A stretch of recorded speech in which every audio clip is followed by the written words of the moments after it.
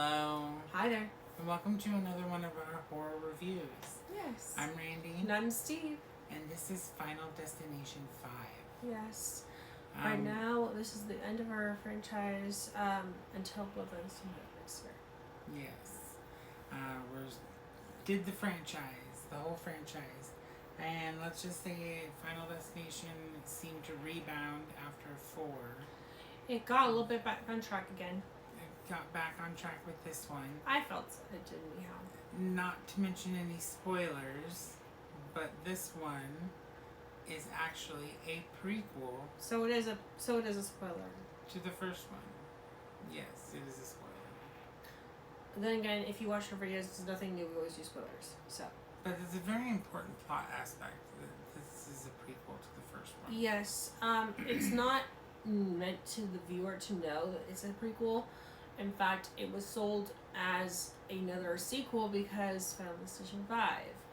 And then you watch it all the way to the end and you find out that none of these characters, because they don't necessarily mention, it's sort of funny because they leave little clues for you to that these characters don't know anything about these death-related accidents. And they all have like flip phones from the early 2000s and late 90s. Which weren't that common at the time, but they do that to kind of also, I think, kind of forcefully nod this is an older film. Back then, a lot of people just didn't even have them, to be honest, but, you know, they did that to kind of just make you feel like we're smartphones and whatever, but this one is set on a car accident, but this time it is a bridge that collapses, the Bay Bridge. Not one in particular, we don't know which one this is, I forget which Bay Bridge it is. It's some Bay Bridge in the US, so. Yeah. It collapses, and they, or at least I think it's supposed to be in the US, or is it Canada?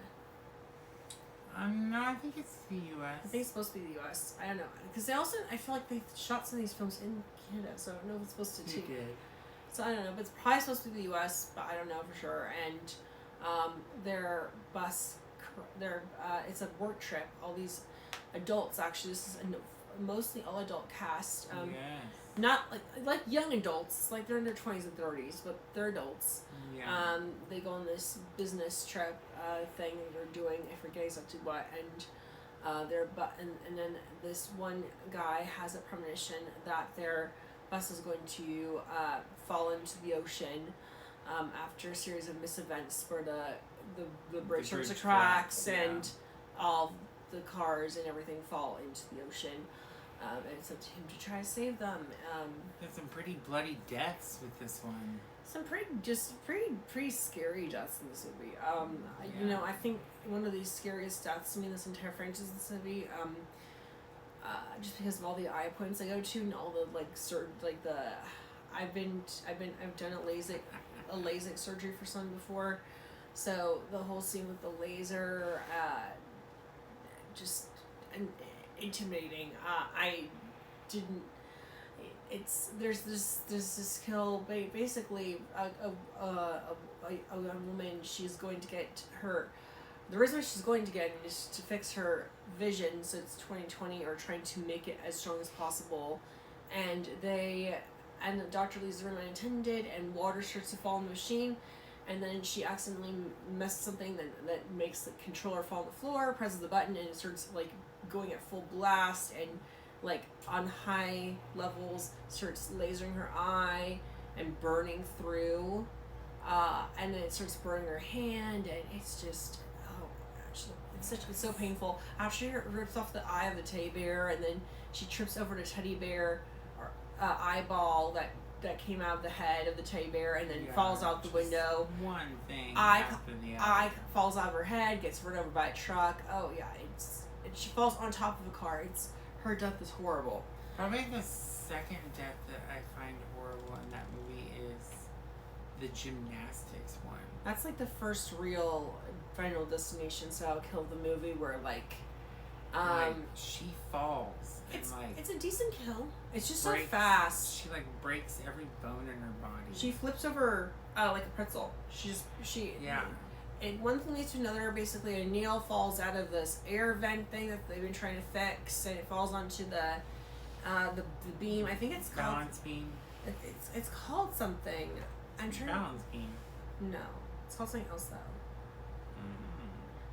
It's a specific term for gymnast would know what it is. I know if you know, comment, but I'm pretty sure it's like I don't remember what it's called anyhow, but it falls onto where she's like walking this thin walk line. It's like a anyhow, she misses it, and then another gymnast steps on it, falls over, knocks the sand or chalk off of this like thing that's up there for gymnasts to put their hands in, and then it clouds her while she's up on this bar doing flips, and then she falls off it because of the dust, and then flips over the pretzel and dies. Yeah, it's pretty fucked up. Pretty instantaneously, actually. I just feel like the most painful death is the eye one because it's so long and torturous. Tony Todd is in this one again. Yeah, this is the only other one he's After in. he skips 4. He's 4, and then technically his character's on 3, but like he did the voice for the devil, so he was participant. He's a participant, but not like the coroner characters on that movie. This is the only horror movie so far that actually has his character with the coroner and Back to playing death. Back to playing death, and actually like being like the guy who puts dead body, takes care of dead corpses, and is a coroner or whatever, does that stuff. So,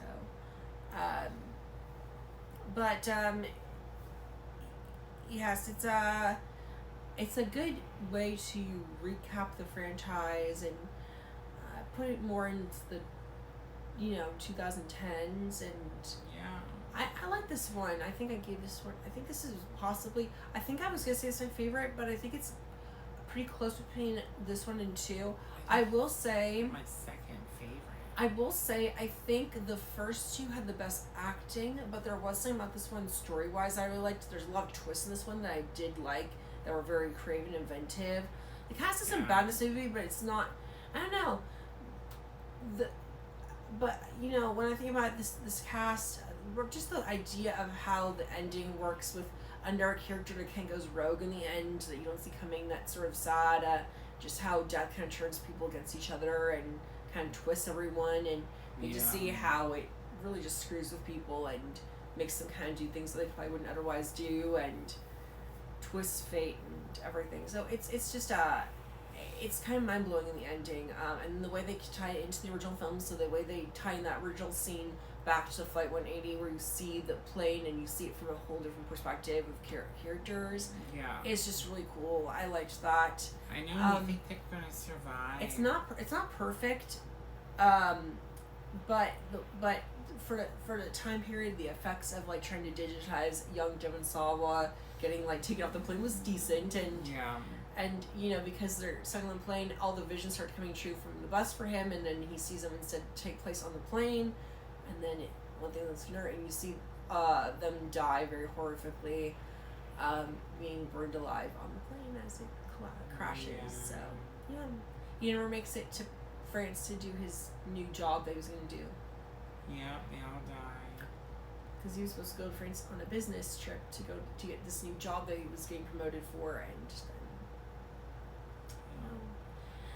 then, but pretty good. Starts Final Destination.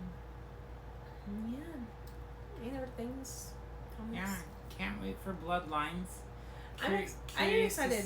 Curious to see where the franchise is going. One thing about this franchise I really love, and I think it makes it so unique, is overall this franchise is so great because it's so unique. There's it's such a different way of looking at like a horror film. It's not just any genre like it. It's sort of its own genre of its own. It deals with slasher and supernatural concepts, and also just the inevitable death itself, which is a little bit scarier.